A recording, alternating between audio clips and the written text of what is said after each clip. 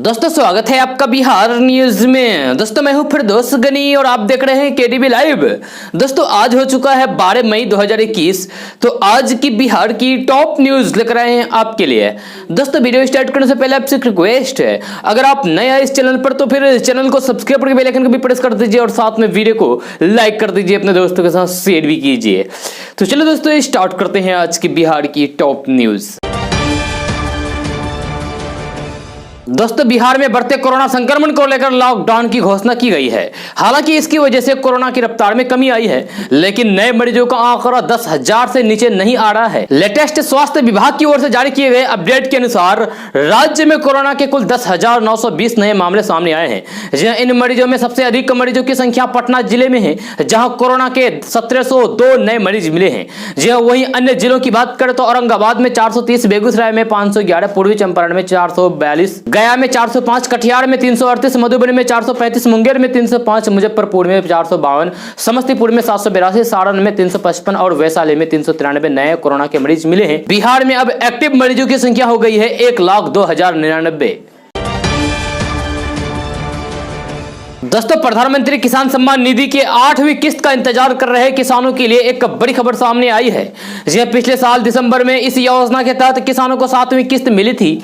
चुनाव और कोरोना महामारी के कारण 8वीं किस्त में देरी हुई है, लेकिन अब उनका इंतजार खत्म होने वाला है। कृषि मंत्रालय के मुताबिक प्रधानमंत्री नरेंद्र मोदी 14 मई यानी कि शुक्रवार को 11 बजे किसानों से बात करेंगे। इसके बाद वे पीएम किसान योजना के तहत अगली किस्त जारी करेंगे। पीएम किसान सम्मान निधि योजना के तहत रजिस्टर्ड किसानों को इस संबंध में मंगलवार की सुबह मैसेज भी आया है। यह मैसेज में लिखा गया है कि माननीय प्रधानमंत्री नरेंद्र मोदी 14 मई 2021 को दिन में 11 बजे किसानों के साथ बातचीत करेंगे और पीएम किसान योजना के तहत अगले किस्त जारी करेंगे। दोस्तों बिहार में जन अधिकार पार्टी के राष्ट्रीय अध्यक्ष पप्पू यादव को पटना की पुलिस ने गिरफ्तार कर लिया है। पप्पू यादव ने ट्वीट करके खुद को गिरफ्तार करने की जानकारी दी थी। उन्होंने बताया है कि उन्हें गिरफ्तार करके गांधी मैदान में ले जाया गया, फिर वहां से मधेपुरा जेल शिफ्ट कर दिया गया। जानकारी के मुताबिक उन पर सरकारी काम में बाधा डालने, लॉकडाउन के नियमों का उल्लंघन करने का आरोप है। साथ ही मधेपुरा में किडनैपिंग का भी मामला है, जिस वजह से उसको गिरफ्तार किया गया है और यह मामला आज से 35 साल पहले की है। दोस्तों भारत में कोरोना के मामले लगातार वृद्धि हो रहे हैं। संक्रमण बढ़ने के साथ ही स्वास्थ्य व्यवस्थाएं चरमरा रही है। देश में ऑक्सीजन, कोरोना से संबंधित दवाइयां, प्लाज्मा आदि की बड़ी किल्लत है। इन अभाव की वजह से मरीजों को काफी परेशानी झेलनी पड़ रही है। यहां तक कि कई जगहों पर मरीजों की जान जा चुकी है। हालांकि कोरोना महामारी के बीच कांग्रेस ने कोरोना के खिलाफ लड़ाई को मजबूत करने के लिए एक अभियान चलाया है। कांग्रेस ने सोशल मीडिया पर #स्पीक अप सेव लाइव्स अभियान शुरू किया है। कांग्रेस नेता राहुल गांधी भी इस अभियान में शामिल हुए हैं। उन्होंने ट्वीट करके कहा है कि हमारे देश को इस संकटपूर्ण समय में मदद की जरूरत है, तो आइए हम सब अपनी जान बचाने के लिए कुछ करते हैं। इसके साथ ही राहुल गांधी ने एक अन्य ट्वीट में लिखा है कि नदियों में बहते अनगिनत 100, अस्पतालों में लाइनें, मिलों तक जीवन सुरक्षा का छीना हक। प्रधानमंत्री वो गुलाबी चश्मे उतारो जिससे सेंट्रल विस्टा के सिवाय कुछ दिखता नहीं है। दोस्तों बिहार में जारी कोरोना के कहर के बीच मुजफ्फरपुर के सिवान की दुर्दशा की दिल दहला देने वाली तस्वीर सामने आई है। मुजफ्फरपुर जिले में कोरोना सब्जी किसानों की कमर तोड़ रहा है। खास करके टमाटर उपजाने वाले किसानों का बुरा हाल है। इलाके में सब्जी को सुरक्षित रखने के लिए कोई कोल्ड चेन सिस्टम नहीं है, जो बड़ी परेशानी का कारण है। यही वजह है कि मुजफ्फरपुर जिले के सब्जी किसान बाजार नहीं मिलने की वजह से सब्जियों को सड़क पर फेंक रहे हैं, जैसा कि आप तस्वीर में देख रहे हैं। मुजफ्फरपुर के मीनापुर प्रखंड के मझोलिया गांव में सब्जी की खेती बड़े स्तर पर होती है और रोज सब्जी गांव से बाजार के विभिन्न इलाकों में पहुंचता है। लॉकडाउन के कारण जो किसान 11 बजे तक अपनी सब्जी नहीं बेच पाते हैं, उनकी उपज अगले दिन खराब हो जाती है। इस वजह से किसान नाराज हैं और यही कारण है कि किसान टमाटर को सड़क पर फेंक कर प्रदर्शन कर रहे हैं। दोस्तों बिहार में सरकार की नाकामियों को उजागर करना गुनाह है। अगर आप ये जुर्म करेंगे, ये गुनाह करेंगे तो फिर सलाखों के पीछे डाल दिए जाएंगे। नीतीश कुमार ने अपनी पुलिस को ये आदेश दिया है, क्योंकि पूर्व सांसद पप्पू यादव भी इसके पहले शिकार बने हैं। सुशासन की पुलिस ने आज इन्हें गिरफ्तार कर लिया। पुलिस का कहना है कि पप्पू यादव लगातार लॉकडाउन का उल्लंघन कर रहे थे। पप्पू यादव की गिरफ्तारी के बाद बिहार में बवाल मच गया है। आम लोगों में सरकार के खिलाफ भारी नाराजगी है।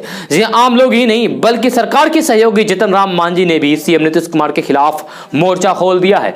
जी हां, बिहार के पूर्व सीएम और जेडीयू के सहयोगी हिंदुस्तानी अवाम मोर्चा के राष्ट्रीय अध्यक्ष जीतन राम मांझी ने खुलकर सामने आई है। जी हां, मांझी ने सीएम नीतीश कुमार के इस निर्णय का खुलकर विरोध किया। जीतन राम मांझी ने ट्वीट करके कहा कि कोई भी जनप्रतिनिधि अगर दिन रात जनता की सेवा करे और उसके एवज में उसे गिरफ्तार किया जाए, ऐसी घटना मानवता के लिए खतरनाक है। ऐसे मामलों की पहले न्याय की जांच हो, तब ही कोई कार्रवाई होनी चाहिए, नहीं तो फिर जन आक्रोश होना लाजमी है। जी हां, पप्पू यादव को गिरफ्तार करने के लिए पटना कोतवाली डीएसपी समेत 5 थानों के थाना अध्यक्ष उनके मंदिरी आवास पर पहुंचे। पप्पू यादव कोरोना काल में अस्पताल, शमशान से लेकर जिलों में घूम घूम कर कोरोना पीड़ितों की मदद कर रहे थे। जी हां, वे सरकार की नाकामियों को उजागर कर रहे थे, जिसके एवज में उसे गिरफ्तार कर लिया गया है। दोस्तों, उत्तर प्रदेश के बदायूं जिले में मुस्लिम धर्मगुरु के जनाजे में जमकर कोरोना प्रोटोकॉल की धज्जियां उड़ाई गई। जिला काजी हजरत शेख अब्दुल हमीद मोहम्मद सलीमुल कादरी का इंतकाल होने के बाद उनके जनाजे में करीब 20,000 लोग उमड़ पड़े। काफी लोग बिना मास्क के थे। सोशल डिस्टेंसिंग एकदम नदारद था। उस दौरान तो पुलिस बेबस हो गई। हालांकि बाद में पुलिस ने अज्ञात लोगों के खिलाफ महामारी अधिनियम के तहत केस दर्ज कर लिया है। यहाँ पर ध्यान देने वाली बात यह है कि जिला काजी हजरत शेख अब्दुल हमीद मोहम्मद सलीमुल कादरी जीते जी सभी लोगों को नियम पालन करने की सीख देते रहे। यह हिंदू और मुस्लिम दोनों संप्रदाय के उनके प्रति सम्मान था। कई मसलों पर उन्होंने खुलकर सरकार का साथ दिया। कोरोना को लेकर भी लोगों को बचने और नियम का पालन करने की सीख देते रहे। वहीं उनका इंतकाल होते ही लोगों ने कोविड नियमों को किनारे रखकर भीड़ जुटा दी। जब वीडियो वायरल होने लगा तब पुलिस ने एक्शन लिया और एफआईआर दर्ज कराई गई। दोस्तों, कोरोना संक्रमण को काबू करने के लिए राज्य में लगाए जा रहे लॉकडाउन का असर सबसे ज्यादा फलों और सब्जियों की सप्लाई पर पड़ा है। इसकी वजह से मंडियों में कामकाज कम हो गया है। यह पाबंदियों की वजह से किसान अपनी फसल लेकर एपीएमसी की मंडियों में नहीं पहुंच पा रहे हैं। जी हां, देश भर में इस वक्त एपीएमसी की 60% मंडियां बंद है। इससे किसानों को नुकसान हो रहा है। दूसरी ओर सप्लाई ठीक ढंग से न होने की वजह से अब ग्राहकों को महंगे फल और सब्जियां खरीदने पड़ रही है। कोरोना को काबू करने के लिए लगाए जा रहे लॉकडाउन की वजह से मंडियों में बहुत कम कारोबार हो रहे हैं। जी हां, किसान अपनी फसल लेकर स्थानीय मंडियों तक नहीं पहुंच पा रहे हैं। जी हां, फरवरी मार्च में फलों और सब्जियों की अच्छी आवक थी और इस वजह से ये सस्ते थे। जी, लेकिन कोरोना संक्रमण की दूसरी लहर के बाद हालात बिल्कुल बदल गए। जी, संक्रमण की वजह से कई राज्यों में लॉकडाउन लगाना पड़ा है। जी, खासकर महाराष्ट्र, कर्नाटक, मध्य प्रदेश, पंजाब और राजस्थान जैसे राज्यों में लॉकडाउन से सब्जियों और फलों की सप्लाई पर काफी ज्यादा असर पड़ा है। जी, लॉकडाउन की वजह से सप्लाई पर पड़ने वाला असर खाने पीने की चीजों की महंगाई पर दिख रहा है। जी हां, खासकर खाद्य तेल और दालों की कीमतों में काफी इजाफा हुआ है।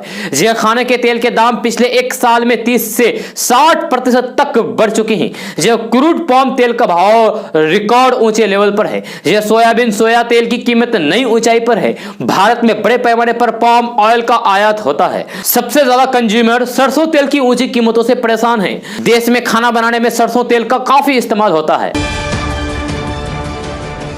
दोस्तों, जल ही जीवन है, ये बात हम बचपन से ही सुनते आ रहे हैं। जी हां, हमारे शरीर के सभी अंग ठीक से काम करते रहे, इसके लिए बॉडी में पानी का होना बहुत जरूरी है। खास तौर पर गर्मियों में पसीना ज्यादा निकल जाने से डिहाइड्रेशन की समस्या हो सकती है। जी हां, इससे कई तरह की परेशानियां हो सकती है। शरीर में बैक्टीरिया जैसे इन्फेक्शन होने पर भी डॉक्टर से ज्यादा पानी पीने की सलाह देते हैं। अब सवाल यह उठता है कि क्या पानी पीने का भी कोई सही या फिर गलत तरीका होता है? इस बारे में आपने घर के बुजुर्गों से कई बार सुना होगा। जी हां, आपको हम यहां पर कुछ ऐसे ही टिप्स बताने जा रहे हैं जो आपके लिए फायदेमंद हो सकते हैं। जी, हालांकि इस बात का कोई भी वैज्ञानिक प्रमाण नहीं है, लेकिन आयुर्वेद में ऐसा माना जाता है कि खड़े होकर पानी पीने से नुकसान हो सकते हैं। जी, बताया जाता है कि जब हम खड़े होकर पानी पीते हैं तो शरीर में तरल पदार्थों का बैलेंस बिगड़ जाता है। जी, ऐसा होने पर जोड़ों से जुड़ी समस्या जैसी बीमारी हो सकती है। हालांकि डॉक्टर्स की सहमति इस बात पर नहीं है। जी, अक्सर लोग बोतल से डायरेक्ट पानी पी लेते हैं। जी, घर के बड़े इसको लेकर टोकते भी हैं, पर कोई ध्यान नहीं देता है। जी हां, बोतल से पानी पीना ठीक नहीं है। हमें हमेशा ग्लास में पानी लेकर घूट घूट करके पीना चाहिए। इसकी वजह यह बताई जाती है कि जब हम बोतल से डायरेक्ट पानी पीते हैं तो फिर 1-2 घूंट में उस वक्त के लिए गला तर हो जाता है और हम पानी कम पीते हैं। अगर आप ग्लास में लेकर पानी पीते हैं तो पूरा ग्लास खत्म कर देते हैं और शरीर में ज्यादा पानी पहुंचता है। साथ ही बहुत ठंडा पानी पीने से भी आप बचें। जी हाँ, बहुत ठंडा पानी पीने से आपके डाइजेशन की प्रक्रिया डिस्टर्ब होती है। जी हाँ, गुनगुना पानी पीने से कई फायदे हैं। पानी ना ज्यादा ठंडा ना ज्यादा गर्म, बल्कि कमरे के तापमान जितना होना चाहिए। जब आपको प्यास लगे तब आप पानी पिएं। रोजाना 2.5 से 3 लीटर पानी पीने का आप लक्ष्य रखें। दोस्तों, बिहार में 18 साल से अधिक उम्र के ज्यादा से ज्यादा लोगों का टीकाकरण हो सके, इसके लिए स्वास्थ्य विभाग कई कदम उठा रहा है। इसी कड़ी में राज्य के वैसे नागरिक जिनके पास कोई पहचान पत्र नहीं है, उनके टीकाकरण के लिए टास्क फोर्स की मदद लेने का फैसला लिया गया है। जी हां, सरकार ने माना है कि प्रदेश में 18 से अधिक उम्र वालों में बड़ी संख्या में साधु संत जेल में बंद कैदी हैं। जी हां, मानसिक रोग से संस्थानों में इलाज करवा रहे रोगी सड़क किनारे रहने वाले भिखारी हैं। जी हां, समस्या यह है कि इनके पास खुद की पहचान बताने के लिए कोई प्रमाण नहीं है, न ही इनके पास किसी प्रकार का कोई पहचान पत्र ही है। ऐसी स्थिति में ये लोग वैक्सीन से वंचित हो सकते हैं। जहां स्वास्थ्य विभाग के सूत्रों ने बताया कि ऐसे लोग सहजता से वैक्सीनेशन करा सके और कोरोना से सुरक्षित हो सके। इसके लिए विभाग ने टास्क फोर्स की मदद लेने का आदेश जारी कर दिया है। दोस्तों, बिहार में कोरोना का कहर जारी है। प्रदेश के गांव-गांव से कोरोना संक्रमण के मामले सामने आ रहे हैं। इस बीच कोरोना संक्रमण को लेकर राजनीतिक बयानबाजी भी जारी है।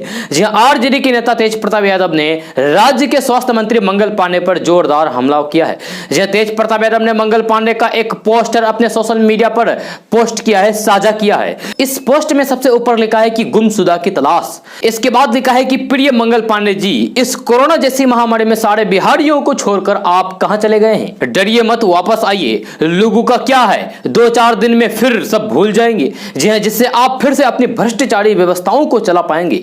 जी हां, आपको कोई कुछ नहीं कहेगा। साथ ही पोस्ट में लिखा है कि इनका पता बताने वालों को आकर्षक उपहार दिया जाएगा। जी हां, इस पोस्टर के कैप्शन में तेज प्रताप यादव ने लिखा है कि ये जी मंत्री जी को कहीं देखे होगा।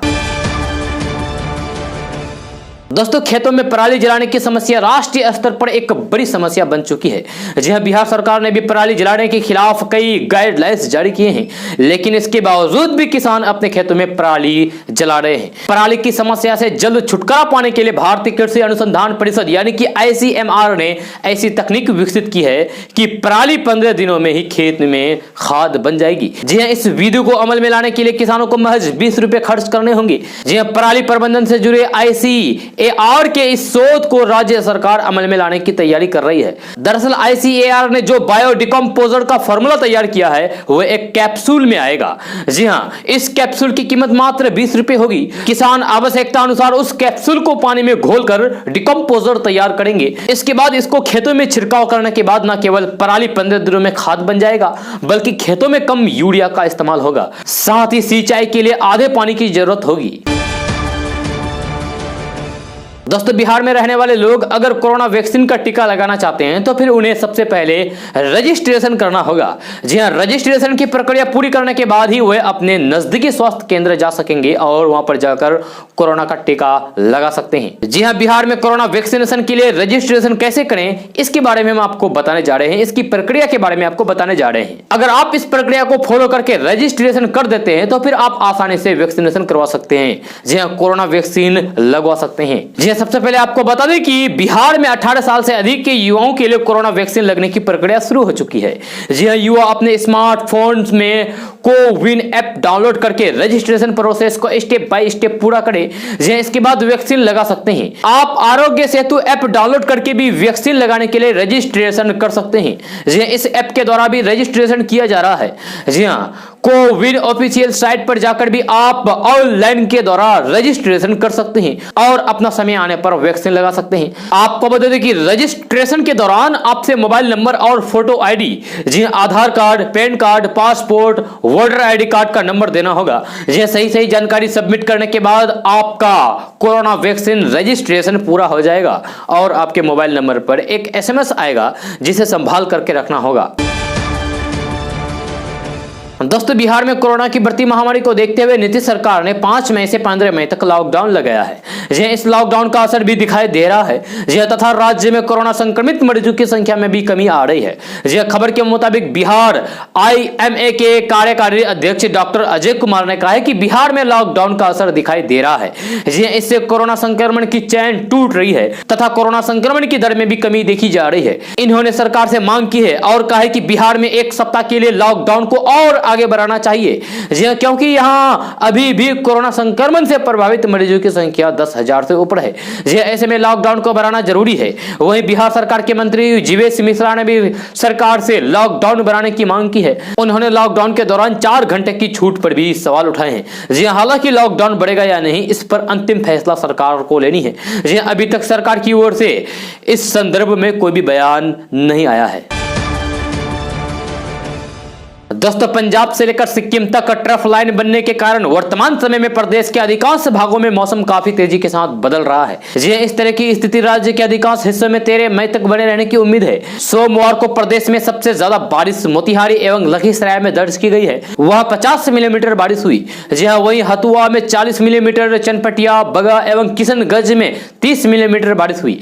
बिहार के आसमान में 0.9 किलोमीटर की ऊंचाई पर एक चक्रवात बना हुआ है। इसका प्रभाव वातावरण पर पड़ रहा है। चक्रवात के कारण मौसम विज्ञान केंद्र ने पूरे बिहार के लिए येलो अलर्ट जारी कर दिया है। ऐसे में लोगों को आंधी और बारिश से सावधान रहने की चेतावनी दी गई है। मंगलवार को कभी धूप तो कभी छांव रही। राजधानी पटना में दोपहर बाद तेज धूप निकली। पटना मौसम विज्ञान केंद्र के वैज्ञानिक संजय कुमार का कहना है कि बिहार के मौसम में बदलाव जारी रहेगा। बारिश के साथ साथ तेज आंधी भी चल सकती है। मौसम विज्ञान केंद्र ने प्रदेश के लिए येलो अलर्ट जारी किया है ताकि लोग मौसम को लेकर सावधान रहें। विशेष रूप से मेघ गर्जन के दौरान लोगों की सुरक्षित स्थान पर छिपना बहुत जरूरी है। खुले खेतों में रहना सुरक्षित नहीं है। कई बार पैरों पर बिजली गिरने से लोग भी उसकी चपेट में आ जाते हैं। दोस्तों देश के 5 राज्यों में विधानसभा चुनाव में कांग्रेस की हार से उभरते असंतोष के सुर थामने के लिए कांग्रेस हाईकमान ने इसकी समीक्षा के लिए तत्काल एक समिति बनाने का भी ऐलान किया है। वही पश्चिम बंगाल के कांग्रेस अध्यक्ष अधीर रंजन चौधरी ने मंगलवार को कहा कि भविष्य में वे इंडियन सेक्युलर फ्रंट यानी कि ISF के साथ किसी भी तरीके का कोई भी गठबंधन नहीं रखना चाहते हैं। ऐसे में सवाल यह भी उठता है कि कांग्रेस असम में भी क्या ऐसे ही बदरुद्दीन अजमल की पार्टी AIUDF के साथ रुख अख्तियार करेगी, क्योंकि दोनों के साथ गठबंधन करने का कोई सियासी फायदा पार्टी को चुनाव में नहीं मिला है। कांग्रेस कार्य समिति की सोमवार को हुई बैठक में कुछ नेताओं ने 5 राज्यों में हार के लिए गठबंधन को लेकर पार्टी की विरोधाभासी नीति पर गंभीर सवाल उठाए हैं। दोस्तों कोरोना के बढ़ते मामलों को देखते हुए तेलंगाना में 10 दिन के लिए लॉकडाउन का ऐलान कर दिया गया है। लॉकडाउन लगाने का ऐलान किया है। 12 मई सुबह 10 बजे से यानी कि आज सुबह 10 बजे से शुरू होने वाले इस लॉकडाउन में सुबह 6 बजे से 10 बजे तक सभी गतिविधियों की छूट होगी। इसके बाद पूर्ण लॉकडाउन कर दिया जाएगा। तेलंगाना कैबिनेट की बैठक में मंगलवार को यह फैसला लिया गया है। राज्य में कोरोना के बढ़ते मामलों को देखते हुए तेलंगाना सरकार ने यह फैसला लिया है। तेलंगाना कैबिनेट ने कोरोना की वैक्सीन के लिए ग्लोबल टेंडर्स के आवेदन स्वीकार करने का भी फैसला किया है। दोस्तों कोरोना का गाय के गोबर से इलाज किया जा सकता है। ऐसे दावे के खिलाफ भारतीय डॉक्टरों ने सख्त चेतावनी जारी की है। डॉक्टरों ने कहा है कि गोबर की प्रभावशीलता का कोई वैज्ञानिक प्रमाण नहीं है और इससे अन्य बीमारियों को फैलने का जोखिम बढ़ जाता है। जोखिम बढ़ सकता है। यह खबर है कि गुजरात में कुछ लोग हफ्ते में एक बार गौशाला जा रहे हैं और वहां जाकर अपने शरीर पर गाय का गोबर और मूत्र लगा रहे हैं, ताकि उनकी प्रतिरोधक क्षमता बढ़ सके और कोरोना से उबरने में मदद मिल सके। हिंदू धर्म में गाय जीवन और पृथ्वी का एक पवित्र प्रतीक है और सदियों से हिंदुओं ने अपने घरों को साफ करने और प्रार्थना अनुष्ठानों के लिए गाय के गोबर का उपयोग करते हैं। ये विश्वास करते हैं कि इसमें चिकित्सीय और एंटीसेप्टिक गुण हैं। बताया जा रहा है कि लोग गौशाला आकर अपने शरीर पर गोबर और मूत्र का मिश्रण लगाकर सूखने तक का इंतजार करते हैं। इसके बाद गाय को गले लगाते हैं और उनका सम्मान करते हैं। ऊर्जा के स्तर को बढ़ाने के लिए योग का अभ्यास करते हैं। आखिर में अपने शरीर को दूध या फिर छाछ से धो लेते हैं। भारत और दुनिया भर के डॉक्टरों ने कोरोना के खिलाफ वैकल्पिक उपचार का अभ्यास करने के खिलाफ बार बार चेतावनी दी है। उनका मानना है कि इस तरह के अभ्यास सुरक्षा की गलत भावना पैदा कर सकते हैं और स्वास्थ्य समस्याओं को जटिल कर सकते हैं। दोस्तों मंगलवार यानी कि कल अरेस्ट होने के बाद पप्पू यादव ने ट्वीट करके इस बात की जानकारी तो दी ही, इसके साथ ही एक ऐसा पोस्ट उन्होंने लिखा जिसमें उनकी भावुकता झलकी। जी हां, उन्होंने लिखा है कि कोरोना काल में जिंदगियां बचाने के लिए अपनी जान हथेली पर रखकर जूझ रहे हैं। जी हां, अगर ऐसा करना अपराध है तो हाँ मैं अपराधी हूं। प्रधानमंत्री और मुख्यमंत्री से कहा है कि दे दो फांसी या भेज दो जेल, झुकूंगा नहीं रुकूंगा नहीं, लोगों को बचाऊंगा, बेईमानों को बेनकाब करता रहूंगा। वहीं दूसरी ओर गिरफ्तार के तुरंत बाद ही रिलीज पप्पू यादव ट्विटर पर एक नंबर पर ट्रेंड करने लगा। जी हां, लोग अपनी प्रतिक्रिया देने लगे। जी हां, मंगलवार सुबह हुई गिरफ्तारी के बाद पटना के गांधी मैदान थाना के बाहर उनके कार्यकर्ताओं की भीड़ लग गई। जी हां, डीएसपी, थाना प्रभारी और पप्पू यादव के समर्थकों के बीच जमकर बहस हुई। दोस्तों एआईएमआईएम के प्रमुख असदुद्दीन ओवैसी ने देश में कोरोना महामारी को लेकर केंद्र के प्रधानमंत्री नरेंद्र मोदी सरकार पर जमकर निशाना साधा है। उन्होंने बीबीसी को दिए एक साक्षात्कार में ओवैसी ने कहा है कि भारत के वजीर आजम को इस मुल्क के अवाम से माफी मांगना पड़ेगा। उनकी हुकूमत की गलती, उनकी हुकूमत की काहिली, उनकी हुकूमत की गलत प्लानिंग की वजह से आज हमारे मुल्क में ऑफिशियली 4000 लोग मर रहे हैं। जी हाँ, हर रोज मर रहे हैं। 4000 लोग नहीं मर रहे हैं, बल्कि मैं पूरी जिम्मेवारी के साथ कह रहा हूं कि नरेंद्र मोदी ये जानते हैं कि इस मुल्क में रोज 10,000 मौतें हो रही है और ये तमाम जिम्मेदारी भारत के प्रधानमंत्री पर आयत होगी। जी हां, उनकी हुकूमत की गलती, उनकी हुकूमत की काहिली, उनकी हुकूमत की गलत प्लानिंग की वजह से आज हमारे मुल्क में ऑफिशियली 4000 लोग मर रहे हैं। असदुद्दीन ओवैसी ने कहा है कि मेरे मुखालिफन ये समझ रहे हैं कि असदुद्दीन ओवैसी सियासी बात कर रहा है, लेकिन नहीं कर रहा हूं। पूरे दलाइल के साथ कह रहा हूं कि इस हुकूमत को इनके साइंटिस्ट बोल चुके होंगे कि कोरोना का दूसरा वेव आएगा, ये सो रहे थे। उन्होंने आगे कहा है कि इनके पास हर चीज बता दी गई है, लेकिन इन्होंने कुछ तैयारी नहीं की थी। दोस्तों पश्चिम बंगाल विधानसभा चुनाव के बाद हिंसा को देखते हुए विश्व हिंदू परिषद यानी कि बीएचपी ने राष्ट्रपति रामनाथ कोविंद को पत्र देकर हस्तक्षेप करने की मांग करते हुए दोषियों के खिलाफ कार्रवाई करने की मांग की है। जी हां, विश्व हिंदू परिषद के केंद्रीय कार्याध्यक्ष आलोक कुमार ने मंगलवार को राष्ट्रपति को पत्र लिखकर उनके हस्तक्षेप की मांग की है। जी हां, आलोक कुमार ने अपने पत्र में लिखा है कि पश्चिम बंगाल के चुनाव परिणाम में ममता बनर्जी की पार्टी विजय हुई है, जीती है। लोकतंत्र में जनता का निर्णय सर्वोपरि होता है। बंगाल की जनता का यह निर्णय सबको स्वीकार है। यह भी सच है कि चुनाव के बाद विजय होने वाली पार्टी अपने प्रदेश की संपूर्ण जनता के प्रति जिम्मेदार होती है और अपने प्रदेश में कानून और व्यवस्था बनाए रखने का उसका दायित्व हो जाता है। दोस्तों यदि आप बिजली बिल को लेकर परेशान हैं तो फिर यह खबर आपके लिए है। जी हां, कोरोना संक्रमण को देखते हुए विद्युत विभाग ने उपभोक्ताओं के लिए एक ऐप बनाया है। जी हां, एप्लीकेशन बनाया है जिसके जरिए बिजली बिल को आसानी से जनरेट किया जा सकता है। जी हां, इसके लिए किसी कर्मचारी के घर आने का इंतजार नहीं करना पड़ेगा। जी हां, अब घर बैठे लोग खुद अपने मीटर की रीडिंग कर पाएंगे। जी हां, यानी कि आप खुद अपने घर में ही अपने से मीटर रीडिंग कर पाएंगे। कोरोना काल में विद्युत उपभोक्ता अब अपना मीटर रीडिंग खुद कर पाएंगे। जी हां, इसके लिए बिजली विभाग के कर्मचारी पर निर्भर नहीं रहना पड़ेगा। जी हां, कोरोना के संक्रमण को देखते हुए बिजली विभाग ने उपभोक्ता को यह सुविधा दी है। यानी कि आपको यह सुविधा दी है। इसके तहत अब उपभोक्ता यानी कि इसके तहत अब आप अपने मीटर की रीडिंग करके उसे बिजली कंपनी को भेजेंगे, जिसके बाद उन्हें बिजली बिल मिल सकेगा।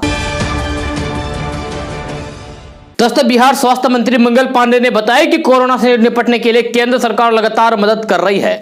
इसी क्रम में पेट्रोलियम मंत्रालय ने बिहार के 9 मेडिकल कॉलेजों में ऑक्सीजन जनरेशन प्लांट लगाने का निर्णय लिया है। इससे कोरोना मरीजों को पर्याप्त मात्रा में ऑक्सीजन मिलने के साथ साथ भविष्य में भी इसका लाभ मिलेगा। मंगल पांडे ने इसके लिए प्रधानमंत्री नरेंद्र मोदी और पेट्रोलियम मंत्री धर्मेंद्र प्रधान का आभार जताया है। मंगल पांडे ने बताया कि एनएमसीएच पटना, जेकेएमसीएच मधेपुरा, विम्स पावापुरी और एएनएमसीएच गया में 2500 लीटर प्रति मिनट क्षमता वाला और पीएमसीएच में 5000 प्रति लीटर मिनट क्षमता वाला oxygen generation plant all India limited लगाएगी। इसका आदेश जारी हो चुका है। इस पर 21 करोड़ रुपए खर्च होंगे। दोस्तों जन अधिकार पार्टी के राष्ट्रीय अध्यक्ष और पूर्व सांसद पप्पू यादव की गिरफ्तारी के बाद बिहार में सियासी घमासान छिड़ गया है। सीएम नीतीश कुमार और बिहार सरकार की कार्यशैली पर खुद एनडीए के नेता ही सवाल उठा रहे हैं। एक और विपक्ष ताबड़तोड़ हमला बोल रहा है तो दूसरी ओर नीतीश के मंत्रिमंडल में शामिल मिनिस्टर भी बगावत पर उतर आए हैं। पप्पू यादव की गिरफ्तारी को असंवेदनशील बताते हुए पशु एवं मत्स्य विभाग के मंत्री मुकेश सहनी ने नीतीश सरकार पर जमकर हमला बोला। बिहार सरकार में पशु एवं मत्स्य विभाग के मंत्री मुकेश सहनी ने पप्पू यादव यादव की गिरफ्तारी पर नाराजगी जताई है। उन्होंने ट्वीट करके लिखा है कि सेवा में लगे पप्पू यादव को गिरफ्तार करना असंवेदनशील है। जी हां, मुकेश सहनी से पहले हिंदुस्तानी अवाम मोर्चा के राष्ट्रीय अध्यक्ष जीतन राम मांझी भी अपनी सरेआम नाराजगी जता चुके हैं। यह मंत्री मुकेश सहनी ने बताया है कि जनता की सेवा ही धर्म होना चाहिए। यह सरकार को जनप्रतिनिधि, सामाजिक संस्था एवं कार्यकर्ता को आम जन की मदद के लिए प्रेरित करना चाहिए। जनप्रतिनिधि को भी कोरोना गाइडलाइंस का सख्ती से पालन करते हुए कार्य करना चाहिए। ऐसे समय में सेवा में लगे पप्पू यादव को गिरफ्तार करना बिल्कुल भी असंवेदनशील है। दोस्तों, कोरोना की दूसरी लहर के बाद देश का हेल्थ सिस्टम बिगड़ गया है। जी लगातार बढ़ते मरीजों के बाद देश में अस्पतालों में बेड, दवाओं और ऑक्सीजन की भारी किल्लत का सामना करना पड़ रहा है। जी ऐसे में देश में चल रहे सेंट्रल विस्टा प्रोजेक्ट पर रोक लगाने की मांग को लेकर दिल्ली हाई कोर्ट में जनहित याचिका दायर की गई है, जिस पर मंगलवार को यानी कि कल कोर्ट में सुनवाई हुई। जी कोर्ट ने केंद्र सरकार की तरफ से याचिका पर अपना जवाब दाखिल किया गया है। जी दरअसल मोदी सरकार के ड्रीम प्रोजेक्ट सेंट्रल विस्टा पर दिल्ली हाई कोर्ट में जनहित याचिका दायर करके अंतरिम रोक लगाने का आग्रह किया गया है। दोस्तों, देश में लगातार बढ़ रहे पेट्रोल डीजल की कीमतों ने आम आदमी की कमर तोड़कर रख दी है। जी हां, बीते 8 दिनों से लगातार पेट्रोल और डीजल की कीमतें बढ़ रही है। यदि लुधियाना में पेट्रोल और डीजल की बात की जाए तो फिर पेट्रोल की कीमत 93 रुपए 66 पैसे प्रति लीटर और डीजल की कीमत 84 रुपए 92 पैसे प्रति लीटर हो गया है। यह तेल की कीमतों में 3 मई से लगातार इजाफा हो रहा है। आम आदमी का कहना है कि अब महंगाई बस से बाहर हो गई है। यह एक न्यूज चैनल के साथ बातचीत करते हुए आम लोगों ने कहा है कि कोरोना से एक तो पहले ही कामकाज बंद है और दूसरा सरकार लगातार महंगाई बढ़ा रही है। इस कारण खर्च करना बस से बाहर है। दोस्तों, बिहार के मधुबनी जिले के रहने वाले रोशन चंद्र दास की कोरोना संक्रमण की चपेट में आकर जान चली गई। जी हां, नोएडा में बतौर सॉफ्टवेयर इंजीनियर कार्यरत रोशन ने पटना के राजेश्वर अस्पताल में अंतिम सांस ली। जी हां, इससे पहले उन्हें भागलपुर के ग्लोकल नामक निजी अस्पताल में भर्ती कराया गया था, जहां से हालात बिगड़ने के बाद उसे मायागंज रेफर किया गया था। लेकिन जब वहां भी स्थिति में सुधार नहीं हुई तो उन्हें पटना लाया गया, जहां शनिवार को इलाज के दौरान उन्होंने दम तोड़ दिया। लेकिन बात केवल इतनी सी नहीं है। जी हां, रोशन की जान जाने के बाद उनकी पत्नी रुचि रोशन ने जो खुलासे किए हैं वे रोंगटे खड़े कर देने वाले हैं। जी हां, पत्नी ने बताया कि किस तरीके से इलाज के दौरान ग्लोकल अस्पताल में कंपाउंडर ज्योति कुमार ने उसके साथ छेड़छाड़ी की है। ज्योति कुमार जो एक पुरुष है। जी हां, डॉक्टरों ने बदतमीजी की। किस तरीके से उनके पति को बिना इलाज के तरपाया गया, जी हां, जिस वजह से उनकी जान चली गई। रुचि ने पटना में स्थित राजेश्वर अस्पताल के एक डॉक्टर पर छेड़खानी का आरोप लगाया है। जी हां, रुचि ने बताया कि वे उसे इसलिए इग्नोर करती रही क्योंकि उसका पति वहां भर्ती था। उसने कहा कि वह चाहती है कि जिस तरीके से उसके पति की जान गई वैसे अन्य लोग जान न गंवाएं। यह डॉक्टर के भरोसे मरीज को नहीं छोड़ा जा सकता। जल्लाद है सारे डॉक्टर। उसके पति को मार दिया गया। इधर मामला सामने आने के बाद हरकंप मच गया। जी हां, आनंद फानन भागलपुर एसएसपी गुड़िया नताशा ग्लोकल अस्पताल पहुंची और पूरे मामले की जानकारी ली। जी हां, इधर अस्पताल में एमडी डॉक्टर अजीम ने आरोपी को नौकरी से निकाल दिया। जी हां, हालांकि मायागंज अस्पताल और राजेश्वर अस्पताल की ओर से अब तक पूरे मामले में कोई भी प्रतिक्रिया नहीं आई है। दोस्तों, मध्य प्रदेश के गृह मंत्री डॉक्टर नरोत्तम मिश्रा ने कोरोना के फैलने का दोष कांग्रेस पर लगाया है। नरोत्तम मिश्रा ने कहा है कि देश में जहां जहां कांग्रेस की सरकार है वहां कोरोना सबसे ज्यादा फैला है। कोरोना से महाराष्ट्र, राजस्थान, छत्तीसगढ़ और पंजाब में सबसे ज्यादा संक्रमित मरीज मिले हैं। इसकी भयावह सबसे ज्यादा कांग्रेस शासित राज्य में ही देखने को मिल रही है। मिश्रा ने कहा है कि कांग्रेस शासित राज्यों से ही अन्य राज्यों में कोरोना का यह भयानक संक्रमण फैला है। नरोत्तम मिश्रा ने आगे कहा है कि इसके लिए हम किसी को दोष नहीं देते क्योंकि ये वैश्विक महामारी है। लेकिन जिस तरीके से सब मध्य प्रदेश सरकार पर सवाल उठा रहे हैं, सोशल मीडिया पर पोस्ट किए जा रहे हैं, अपने वीडियो बनाकर जारी किए जा रहे हैं, इसके बारे में मैं अंतर्मुखी होकर सोचो तो अच्छा रहेगा। दोस्तों, जेल से निकलने के बाद राजद सुप्रीमो लालू प्रसाद यादव पूरी तरीके से एक्टिव दिख रहे हैं। जी हां, लालू यादव अपने पुराने रंग में लौटते हुए दिखाई दे रहे हैं। जी हां, राजद ने एक खास स्ट्रेटजी बनाई है। बाप बेटे एक साथ नीतीश मोदी पर निशाना साध रहे हैं। जी हां, एक तरफ तेजस्वी यादव बिहार में कोरोना टेस्टिंग का मुद्दा उठा रहे हैं तो दूसरी ओर उनके पिता लालू प्रसाद यादव कोरोना टीकाकरण को लेकर केंद्र सरकार पर हमलावर हुए हैं। जी हां, जेल से निकलने के बाद आज पहली बार लालू प्रसाद यादव ने प्रधानमंत्री नरेंद्र मोदी पर निशाना साधा है। जी हां, कोरोना टीका टीकाकरण की कछुआ चाल रफ्तार को लालू प्रसाद यादव ने मुद्दा बनाया है। यह सोमवार को लालू ने टीकाकरण की धीमी रफ्तार को लेकर नरेंद्र मोदी की सरकार पर हमला बोला और उन्होंने ट्वीट करके लिखा है कि 1996-97 में जब हम समाजवादियों की सरकार, देश में जनता दल की सरकार थी जिसका मैं राष्ट्रीय अध्यक्ष था, हमने पोलियो टीकाकरण का विश्व रिकॉर्ड बनाया था। उस वक्त आज जैसी सुविधा जागरूकता भी नहीं थी, फिर भी 7/12/1996 को 11,74,00,000 और 18/1/1997 को 12,73,00,000 शिशुओं को पोलियो का टीका दिया गया था। लालू प्रसाद यादव ने आगे कहा कि उस दौर में वैक्सीन के प्रति लोगों में हिचकिचाहट और भ्रांतियां भी थी, लेकिन संयुक्त मोर्चा सरकार ने दृढ़ निश्चय किया था कि पोलियो को जड़ से खत्म करके आने वाली नस्लों को इससे मुक्ति दिलाएंगे। आज दुखद होता है कि तथाकथित विश्व गुरु सरकार अपने नागरिकों को पैसे लेकर भी टीका उपलब्ध नहीं करा पा रही है। प्रधानमंत्री नरेंद्र मोदी को चैलेंज करते हुए लालू प्रसाद यादव ने लिखा है कि मैं प्रधानमंत्री जी से आग्रह करता हूं कि इस जानलेवा महामारी में सार्वभौमिक टीकाकरण कार्यक्रम के तहत पूरे देशवासियों को फ्री में टीका देने का ऐलान करें।